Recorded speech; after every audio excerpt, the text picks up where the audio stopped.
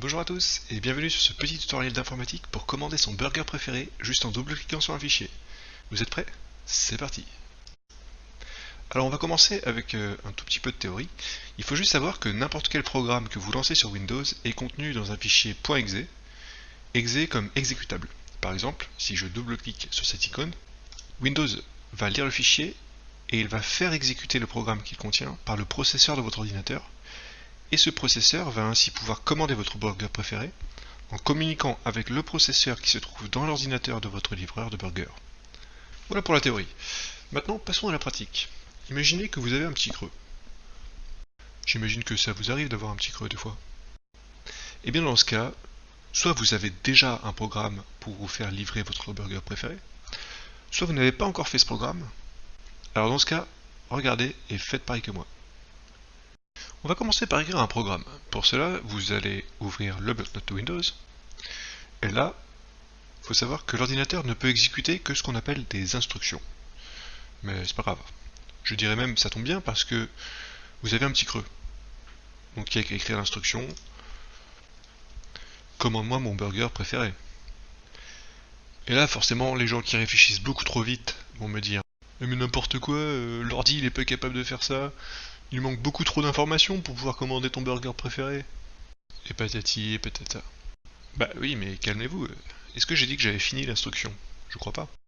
Bon, donc voilà, je continue en rajoutant les informations manquantes.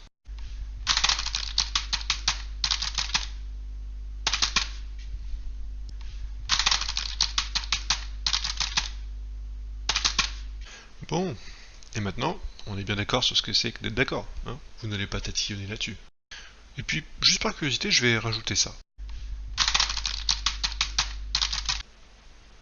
On verra bien ce que ça va faire. Voilà. Alors, étape très importante de la suite de ce tutoriel, j'enregistre le fichier sur le bureau. Donc là, voilà, on retrouve mon fichier avec son icône de fichier texte. Et ensuite, on n'oublie surtout pas de changer le nom de l'extension du fichier. Regardez, je remplace donc, le .txt par .exe. Et oui, sinon comment voulez-vous que l'ordinateur comprenne que c'est un programme, hein? Et d'ailleurs, vous pouvez remarquer qu'en ayant mis .exe, l'icône du fichier a changé.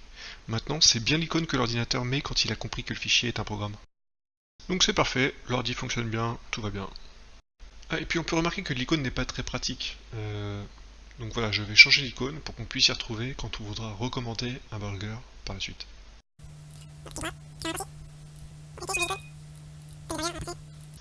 Voilà, c'est quand même beaucoup plus propre comme ça. Bon, ensuite, on va passer à la procédure de test.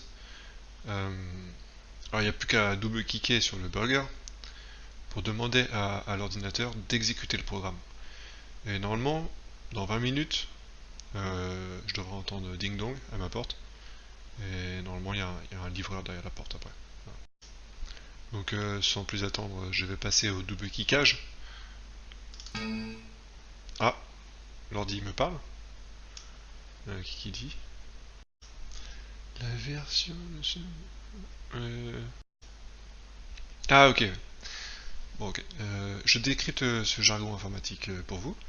En fait, c'est le type qui a fait l'ordinateur qui dit à l'ordinateur de me dire que pour que ça marche, je dois juste changer la version de Windows en fait.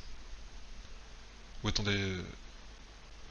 Non, faut peut-être attendre une mise à jour de Windows pour corriger le bug. Ça doit être ça. Ou alors, bah, il suffit d'écrire sa propre version de Windows en fait. Bah oui, si je fais ma propre version de Windows, je pourrais me débrouiller pour que ça marche du coup. Bon, je ferai un autre tutoriel plus tard sur comment faire sa propre version de Windows du coup. Là tout de suite, dans l'immédiat, j'ai pas trop le temps.